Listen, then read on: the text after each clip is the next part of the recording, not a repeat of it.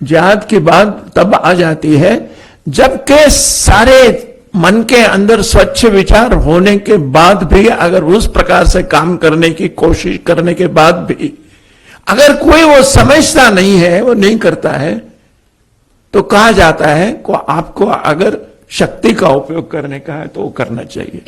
और वो सिर्फ कुरान शरीफ के अंदर नहीं है, वो महाभारत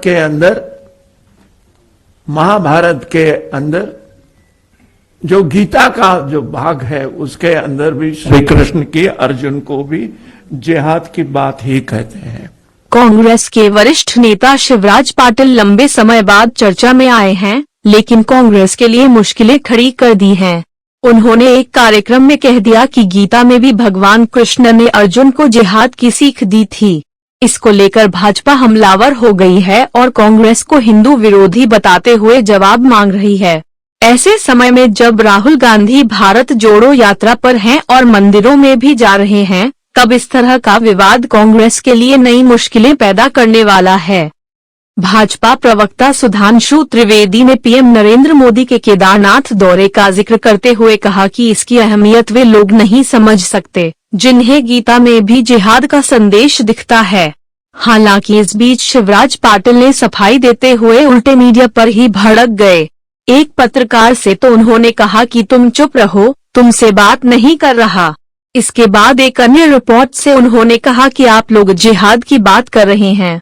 आप सोचिए कि क्या श्री कृष्ण ने अर्जुन को जो संदेश दिया है उसे आप जिहाद कहेंगे? नहीं कहेंगे।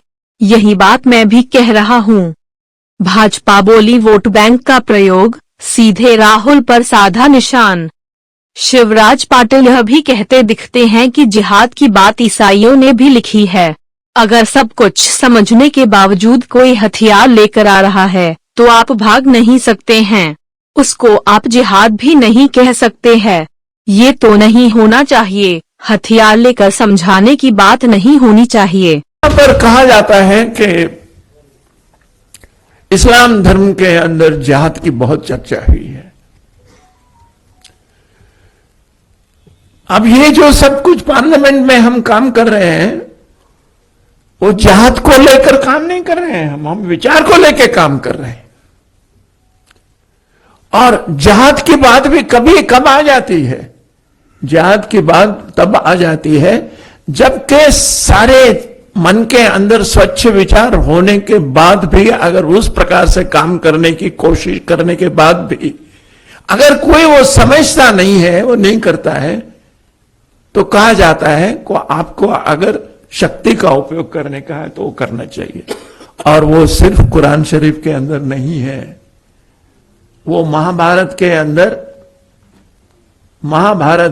अंदर जो गीता का जो भाग है उसके अंदर भी श्री कृष्ण की अर्जुन को भी जिहाद की बात ही कहते हैं।